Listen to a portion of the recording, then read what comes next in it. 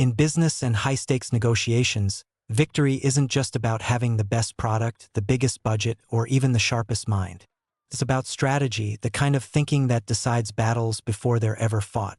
While most people think warfare belongs only to soldiers and generals, the truth is that the same principles that win wars can win boardrooms, contracts, and market share. The competition may not be firing bullets, but make no mistake, the pressure, the rivalries, and the consequences are just as real. This is where Robert Greene's work comes in. Greene, best known for best-selling books like The 48 Laws of Power and The Art of Seduction, has spent decades studying history's greatest leaders, tacticians, and thinkers. In the 33 Strategies of War, he distills centuries of military wisdom, from Sun Tzu to Napoleon to modern-day tacticians, into practical tools for everyday life. And here's the key. These strategies are not about physical conflict, but about mastering the mental, emotional, and positional game. When you sit across the negotiation table, launch a product into a competitive market, or defend your position against aggressive rivals, you are in a form of battle. The difference is that in business, the weapons are ideas, offers, leverage, and timing. It's a bloodless war, but the stakes, reputation, revenue, influence, can be just as critical. In this video, we're going to explore how Greene's military-inspired principles can give you the edge in business and deal-making. You'll see how ancient battlefield tactics translate into modern competitive advantage, and how to outthink, outmaneuver, and outlast your opponents ethically and effectively. Let's dive into the art of strategy. When Robert Greene talks about strategy, he's not just talking about reacting to events. He's talking about controlling the game before the game even begins. In war, the generals who dictate the terms of battle, the location, the timing, the conditions, almost always win. In business and negotiations, the principle is exactly the same. 1. Control the dynamic, shaping the field before the first move. If you let your competition define the rules, you're already at a disadvantage. Controlling the dynamic means influencing the environment so that when the battle begins, you're fighting on ground that benefits you. In business, this could mean setting the agenda in a meeting before anyone else speaks, framing the negotiation around your terms, or shaping public perception through strategic communication. For example, if you're launching a product, you might preemptively position it as the category standard before competitors can respond. Think of it like a chessboard. You're not just moving pieces, you're designing the board so your pieces are always in stronger positions. By the time the other side makes a move, they're already reacting to your plan. 2. Declare war on your enemies, identifying true competitive threats. This isn't about becoming aggressive for the sake of it, it's about clarity. Many businesses lose because they fight the wrong battles or underestimate the seriousness of their competition. Declaring war, in Greene's terms, means clearly identifying who or what is standing in the way of your objectives. Your enemy in business might be a direct market rival, but it could also be something internal, a lack of innovation, poor company culture, or bureaucratic resistance. By naming the enemy, you focus resources and attention on the real problem. Too often, people try to be universally friendly, avoiding any sense of opposition. But when everything is fine and no one is acknowledged as a threat, complacency creeps in. Greene's point is simple. Strategy starts with identifying the obstacle you must overcome. A CEO in a competitive industry might declare war on inefficiency within their own company, treating it with the same urgency as an external attack. Once the enemy is defined, every move can be measured against whether it weakens that enemy or strengthens your position. 3. Know your enemy, intelligence gathering, and psychological profiling. In war, knowledge is power and ignorance is fatal. Generals don't march armies into battle without knowing the terrain, the enemy's strength, and their likely tactics. The same is true in business and negotiation. Knowing your enemy means doing your homework, market research, competitive analysis, customer insights, and even subtle psychological profiling of key decision-makers. Before you walk into a high-stakes meeting, you should know what motivates the other side, where they feel pressure, what they fear losing, how they've acted in past negotiations. This isn't just cold, analytical work. It's about building a strategic empathy, understanding the other side's position so deeply that you can predict their moves. In business, this might mean studying a rival's product launches for patterns, noticing when they discount heavily, indicating weak sales, or reading leadership interviews to detect strategic priorities. Even in one-on-one negotiations, subtle details can be powerful. For instance, if you know a potential client values prestige over price, you can position your offer as the premium, reputation-boosting choice. Bringing it together, these three principles, controlling the dynamic, declaring war on the right enemy, and knowing your enemy, form the foundation of the grand strategic mindset. It's a shift from thinking tactically, what's my next move, to thinking strategically, how can I shape the entire game so that every move favors me? When you control the dynamic, you start the engagement already ahead. When you declare war on the right enemy, you focus energy where it matters most. And when you know your enemy, you move with precision instead of guesswork. In business and negotiation, as in war, victory is rarely the result of a single dramatic action. It's the outcome of positioning, preparation, and the invisible shaping of events before the first open confrontation. And perhaps the most important takeaway from Greene's work is this: if you wait until the battle begins to start thinking strategically, you're already too late. When we hear offense in the context of war, we often imagine charging head-on into enemy lines. But in Robert Greene's framework, offense isn't about reckless aggression.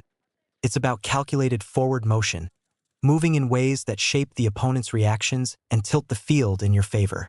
In business and negotiations, offensive strategy means pushing the action, setting the tempo, and keeping rivals on the defensive. 1. Lose battles but win the war. In war, commanders sometimes retreat or abandon certain positions not because they're weak, but because they're playing for the bigger picture. Greene stresses that you can't win every skirmish, and trying to will burn out resources and morale. In business, this principle applies when you willingly take a short-term loss to secure a stronger strategic position later. You might pass on a small deal because it locks you into unfavorable terms, or you might let a competitor win a low-margin contract while you focus on capturing the high-value client that shapes the market narrative. Think about Amazon in its early days. It operated at a loss for years, sacrificing short-term profits to build the infrastructure, market dominance, and customer loyalty that would later make it nearly untouchable. The battle's quarterly earnings looked bad on paper, but the war, market dominance, was being decisively won. The takeaway: stop measuring success only by immediate wins. Sometimes the smartest move is to concede today to dominate tomorrow. 2. Occupy the heights. In military history, controlling the high ground, the literal hills, ridges, or fortified positions, gave armies a natural defensive and offensive advantage. You could see the enemy's movements, control their approach, and use gravity to your benefit. In business, high ground translates into positions that give you leverage others can't easily match. This might be moral high ground, public goodwill, ethical credibility; financial high ground, a war chest that allows you to outlast competitors; or brand high ground, market authority and recognition. For example, Apple occupies brand high ground in the tech industry. Even when competitors release similar or technically superior products, Apple's brand loyalty and prestige pricing give it a strong, defensible advantage. If you occupy moral high ground, negotiations tilt in your favor because opposing you risks reputational damage for the other side. If you occupy financial high ground, you can weather downturns or undercut prices strategically without collapsing. If you occupy brand high ground, customers and partners naturally gravitate toward you, making competitors fight uphill for attention. The key is to deliberately invest in these high ground positions so that every offensive move you make is amplified by your vantage point. 3. Overwhelm resistance with speed and suddenness. First mover advantage in deals or product launches. Speed changes everything. In war, rapid, decisive action can destabilize the opponent before they have time to respond. Greene notes that suddenness creates shock, forcing the enemy into reactive mode, where mistakes multiply. In business, this principle often takes the form of first-mover advantage. When you launch a product, announce a strategic partnership, or make a bold market entry before anyone else, you claim the psychological initiative. Competitors are forced to frame their actions in response to yours. For example, when Netflix shifted aggressively to streaming while others were still focused on physical media, it stunned the industry. By the time competitors understood the shift, Netflix had entrenched itself as the streaming platform. Speed also works in negotiations. If you respond to proposals quickly, present unexpected but well-prepared offers, or close deals before rivals can interfere, you seize momentum. The suddenness forces the other party to make decisions without their full preparation, and that often works in your favor. However, speed isn't about recklessness. It's about preparing so well that when the moment arrives, you can move faster than anyone else without sacrificing quality. Think of it as a spring, months of compression, then an instant release. The offensive mindset in action. These offensive strategies share one common theme: you're not waiting to be acted upon. You're setting terms, forcing reactions, and shaping the terrain of competition. Lose battles but win the war keeps your eyes on the horizon, reminding you to choose engagements based on their contribution to your ultimate objectives. Occupy the heights ensures that every move you make is backed by structural advantages that multiply your strength. Overwhelm with speed and suddenness ensures you control the tempo and prevent rivals from organizing a strong counterattack. Defensive strategies. Offense may win ground, but defense is what allows you to hold it. In Robert Greene's view, the strongest strategist knows when to advance, and when to conserve energy, protect resources, and make it too costly for opponents to even try attacking. In business and negotiations, defense isn't about being passive. It's about protecting your position so that every offensive move you make is sustainable. 1. Pick your battles, choosing negotiations or markets worth fighting for. In war, armies that try to fight every engagement quickly drain their strength. The same is true in business. You can't say yes to every opportunity, compete in every market, or fight every price war. Strategic defense begins with selectivity. Picking your battles means weighing the potential rewards against the risks and the resource drain. If a negotiation will consume weeks of your time but only bring marginal gains, it may not be worth it, especially if it distracts you from a bigger opportunity. For example, a small tech startup might resist chasing a contract with a giant corporation if it requires steep discounts, endless legal hurdles, and custom features that derail its core roadmap. Instead, it focuses on a niche market where it can win decisively and build reputation faster. Greene's principle here is, focus on the battles that bring you closer to the war's ultimate objective. Every time you commit to a fight, you're saying no to dozens of other possible moves. Make sure the yes is worth it. 2. Create a threatening environment, subtle deterrence without open confrontation. In the military, some positions are so well fortified that enemies avoid attacking them altogether. In business, you can create this effect without ever firing a shot. A threatening environment is about making competitors think twice before challenging you. This doesn't require hostility. It requires signaling strength and readiness. For instance, consistently demonstrating fast turnaround times, so rivals know you can react quickly to market changes. Publicizing strong partnerships or alliances that would make it costly to compete against you.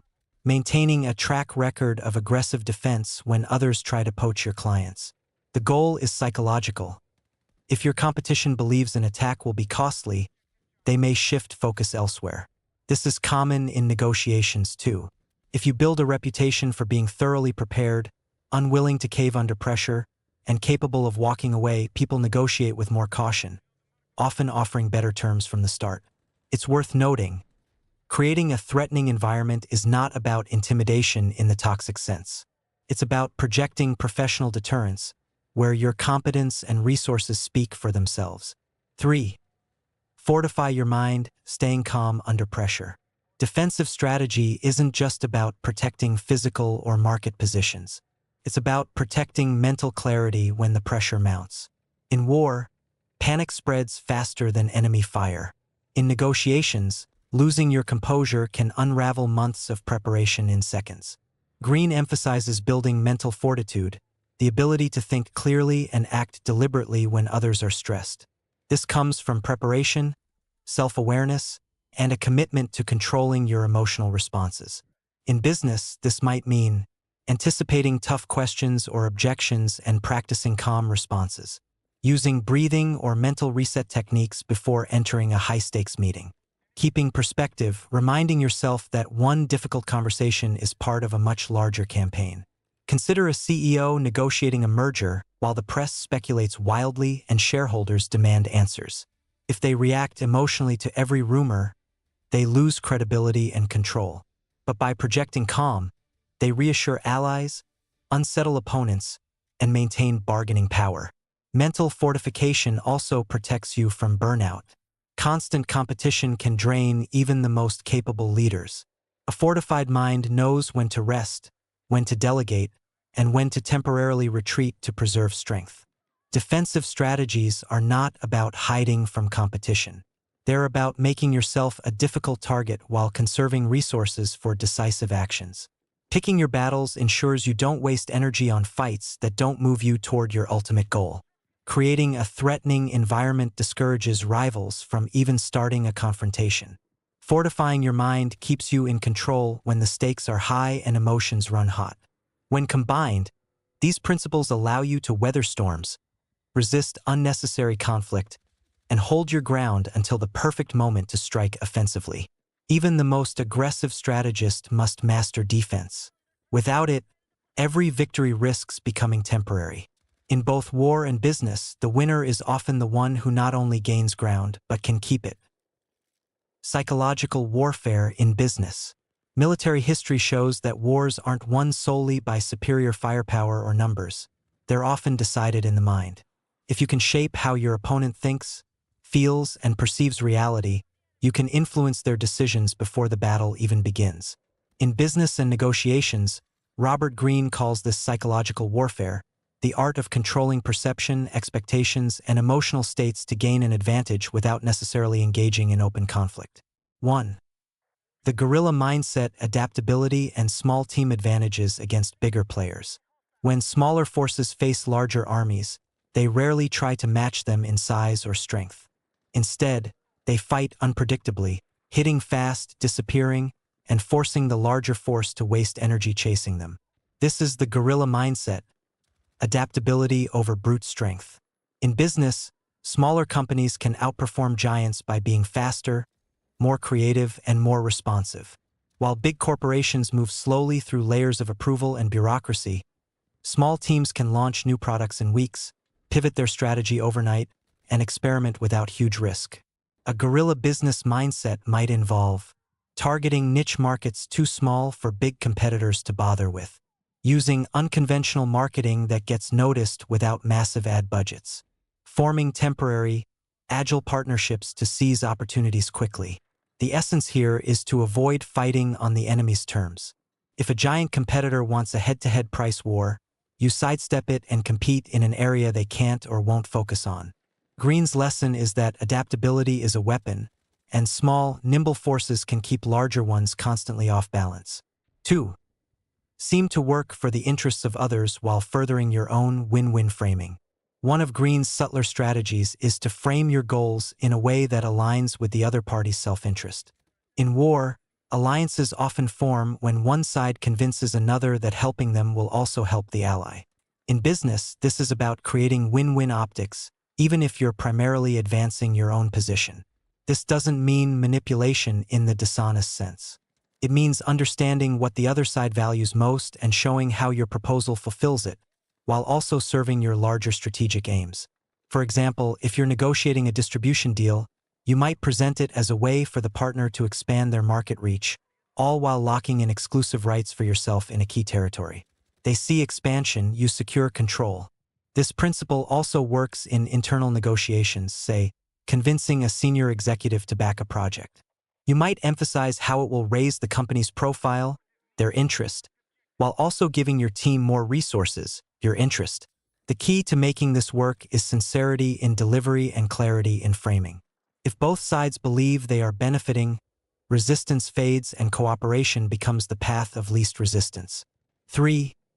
Control perception, branding, and positioning as strategic deception. In military campaigns, commanders often use deception, making the enemy believe they are stronger, weaker, closer, or farther than they really are. Greene shows how this translates perfectly into brand strategy and market positioning. In business, perception is often more influential than reality.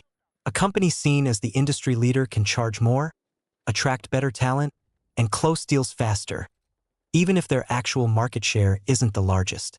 Controlling perception might involve branding, positioning yourself as premium, innovative, or the safe choice, whichever best fits your strategic goals.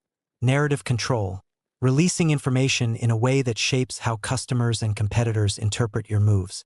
Selective transparency, revealing enough to project strength but keeping key details private to maintain an edge. Apple, for example, carefully times product leaks, keynote announcements, and design reveals to create anticipation and position itself as the innovation leader, even in years when competitors have more advanced features. Strategic perception control can also be defensive. If your company faces a downturn, framing it as a strategic restructuring rather than a crisis can maintain investor and customer confidence. The psychology advantage. The power of psychological warfare in business lies in its efficiency. You don't need to outspend or outmuscle the competition if you can outthink them, shaping the way they interpret reality so that they make decisions favorable to you. The guerrilla mindset lets you operate unpredictably, forcing larger rivals into inefficient responses. Seem to work for the interests of others reduces resistance and opens doors by aligning your goals with theirs. Control perception ensures that customers, partners, and competitors see you in the most advantageous light. The art of negotiation as war. In Robert Greene's view, negotiation is not a polite exchange of offers. It's a battlefield where positioning, timing, and psychology matter as much as in any military campaign. You may not have soldiers or tanks, but the principles of maneuver, deception, and alliance building apply just as powerfully. When you walk into a negotiation, your goal isn't simply to make a deal. It's to shape the deal so it serves your strategic interests while leaving the other side feeling they've won something too. Greene shows how centuries-old military tactics can tilt the balance in your favor. 1. Feigned retreat, pulling back to let the other side overcommit. In warfare, a feigned retreat is when an army pretends to withdraw, luring the enemy into chasing them, often into unfavorable terrain or a trap. The key is making the opponent believe they're winning, so they overextend and expose vulnerabilities. In negotiations, the feigned retreat can be as simple as appearing to back away from a point, letting the other party think they've gained ground. Once they've emotionally committed to the win, you can use that momentum to introduce new terms or secure concessions elsewhere. For example, imagine you're negotiating a contract and drop a minor demand that you didn't value highly in the first place. The other side feels victorious and more open to agreeing on your major priorities. You've retreated, but in reality, you've positioned yourself for a more significant gain. The danger? Overuse can breed mistrust. A feigned retreat works best when it feels natural and doesn't break the relationship's integrity. 2. Divide and conquer, breaking large opponents into manageable factions. One of the oldest military strategies is to split an enemy force so they can't coordinate effectively. In negotiation, divide and conquer isn't about sabotage. It's about identifying the different priorities, personalities, or pressures within the opposing side and addressing them separately. Large organizations often have internal misalignments. Marketing may want one thing, finance another, legal something else entirely. If you treat them as a single, unified opponent, you'll face a wall. But if you can engage each group individually, tailoring your message to their specific needs, you can erode internal resistance and build support faction by faction. For instance, when pitching to a corporation, you might first win over the department that benefits most from your solution, then use their endorsement to persuade other stakeholders. By the time you present to the final decision-maker, you're walking in with internal allies, not facing a united front. Greene's point is that by understanding and navigating the internal dynamics of the opposing side, you make the negotiation terrain far less hostile. 3. Strategic alliances, partnerships that give advantage without full dependency. In war, smaller forces often survive and thrive by aligning with others, not through blind loyalty, but through calculated partnerships that serve mutual interests. The key is to gain strength without giving away your independence. In business negotiations, a strategic alliance might mean teaming up with another company to bid for a project too large to handle alone. entering a joint venture to access new markets, or collaborating on marketing to pool resources. The trick is to structure alliances so that you benefit from shared strengths but maintain control over your core assets. Greene warns that alliances can become traps if one side becomes dependent on the other. In war, this often led to domination rather than cooperation. For example, a boutique agency might partner with a larger firm to win a contract requiring global reach. The larger firm gains specialized expertise, while the boutique gains access to clients it couldn't reach alone. But the boutique protects itself by keeping ownership of its intellectual property and brand. Strategic alliances are particularly powerful in competitive negotiations because they change the balance of power. Suddenly, your opponent isn't facing just you, they're facing you plus your allies, multiplying your leverage. Negotiation as strategic campaign. These three tactics, feigned retreat, divide and conquer, and strategic alliances, are not isolated tricks. Together, they form a campaign approach to negotiation. The feigned retreat manipulates momentum, allowing you to concede without real loss and strike when the timing favors you. Divide and conquer weakens resistance by addressing each pocket of opposition individually. Strategic alliances shift the power equation before you even sit at the table. When applied with patience and precision, they allow you to not just close deals, but to shape deals that fit your broader strategic vision. Greene's final insight here is that negotiation is rarely won in the moment of agreement. It's won in the preparation. The language of strategy, and especially when drawn from Robert Greene's The 33 Strategies of War, can sound aggressive, even ruthless. Terms like attack, deception, and dominate carry a martial edge. But in business and negotiation, the most powerful leaders understand that strategy isn't about destruction for its own sake. It's about achieving objectives in a way that's sustainable, respectful, and beneficial for all parties where possible. If you strip away the battlefield metaphors, strategy is simply the art of aligning resources, timing, and decisions to reach a goal. And when applied with ethics, it becomes a tool for long-term growth and stability, not just short-term wins. 1. Avoiding the toxic win-at-all-cost mentality.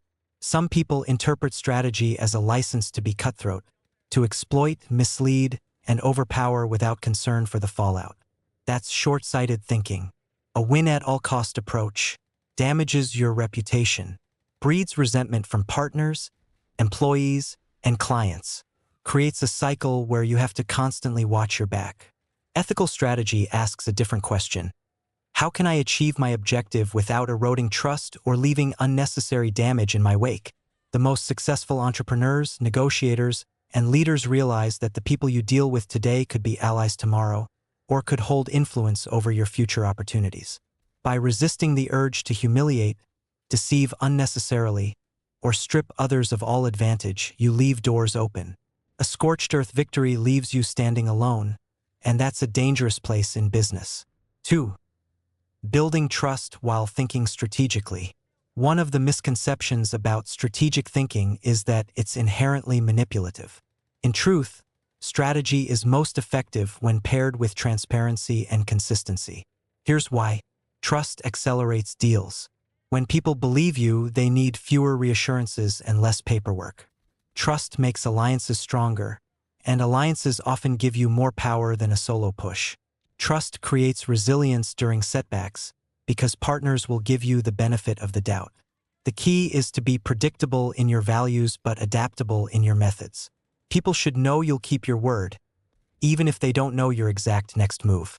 You can still be strategic, gathering intelligence, planning contingencies, shaping perception, without ever lying or betraying someone. The difference is subtle but powerful. You can frame situations to your advantage without crossing into unethical manipulation. 3. Turning military principles into sustainable growth.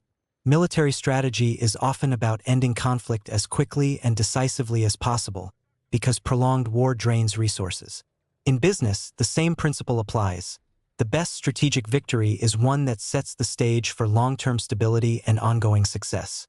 This means, instead of crushing competitors entirely, find ways to outposition them while still leaving space for healthy competition. Instead of pushing partners to their limits in negotiation, Leave them with enough value to feel satisfied and want to work with you again. Instead of chasing every opportunity aggressively, choose battles that align with your core strengths and brand values. For example, the Occupy the Heights principle in military strategy means securing the high ground for advantage. In business, your high ground might be an unshakable reputation for quality, unbeatable customer service, or deep industry expertise. When you hold that high ground, you don't need to constantly fight. Opportunities naturally flow toward you. 4. The ethical edge in competitive markets. Here's the paradox. Being ethical in a competitive market is actually a strategic advantage. Why? Competitors who rely on deception have to spend constant energy maintaining the facade. You can focus on growth. Customers are increasingly loyal to brands they trust. The media, investors, and stakeholders are quicker to support companies with a track record of integrity.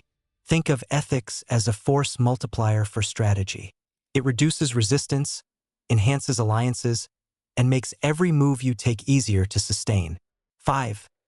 The mindset shift. To apply strategy ethically, you must reframe what victory looks like.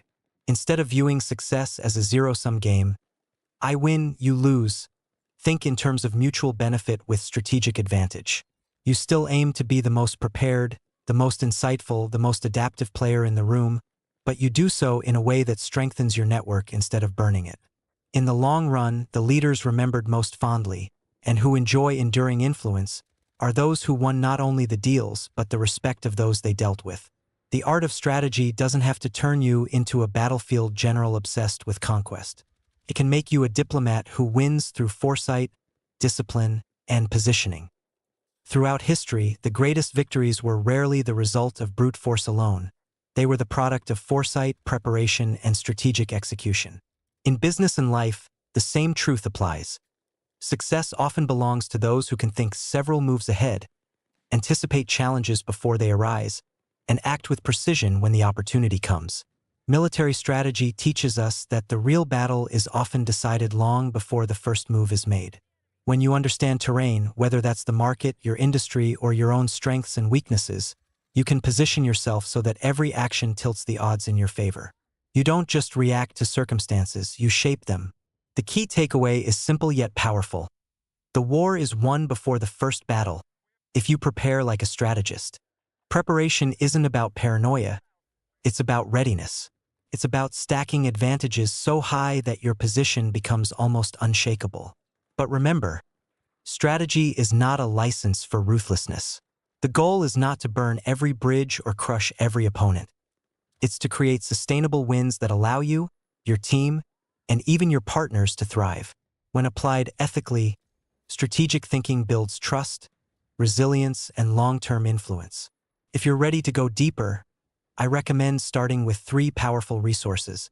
The 33 Strategies of War by Robert Greene for mastering the mindset and tactics of strategy. The Art of Seduction for understanding influence and persuasion. The 48 Laws of Power for decoding the hidden currents of authority and leverage.